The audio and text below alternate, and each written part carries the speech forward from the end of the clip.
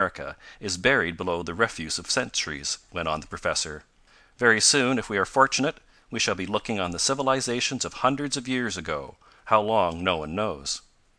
"Considerable excavation has been done in Central America," went on Professor Bumper, "and certain ruins have been brought to light. Near us are those of Copan, while toward the frontier are those of Quirigua, which are even better preserved than the former. We may visit them if we have time. But I have reason to believe that in this section of Copan is a large city, the existence of which has not been made certain of by any one save myself, and perhaps Professor Beecher.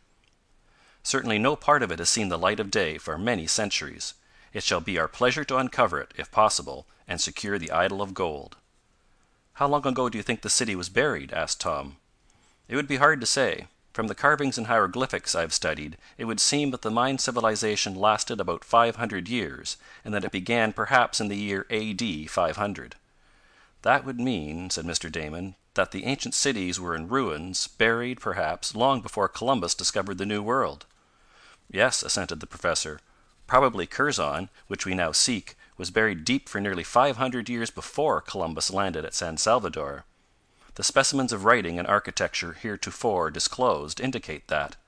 But as a matter of fact it is very hard to decipher the Mayan pictographs. So far little but the ability to read their calendars and numerical system is possessed by us, though we are gradually making headway. Now this is the map of the district, and by the markings you can see where I hope to find what I seek. We shall begin digging here," and he made a small mark with a pencil on the map. "Of course," the professor explained, "I may be wrong, and it will take some time to discover the error if we make one. When a city is buried 30 or 40 deep beneath earth and great trees have grown over it, it is not easy to dig down to it." "How do you ever expect to find it?" asked Ned. "Well, we will sink shafts here and there. If we find carved stones, the remains of ancient pottery and weapons, parts of buildings, or building stones, we shall know we are on the right track," was the answer. "And now that I have shown you the map, and explained how valuable it is, I will put it away again. We shall begin our excavations in the morning." "At what point?" asked Tom.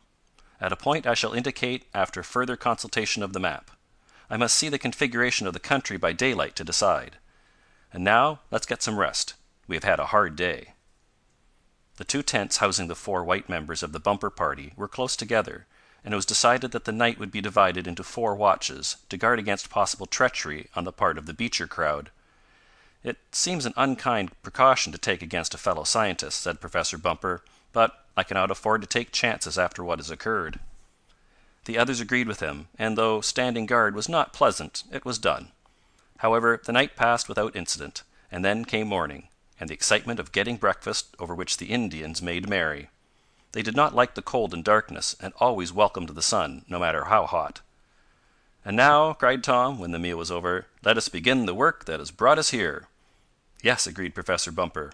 "I'll consult the map and start the diggers where I think the city lies, far below the surface. Now, gentlemen, if you'll give me your attention." He was seeking through his outer coat pockets after an ineffectual search on the inner one.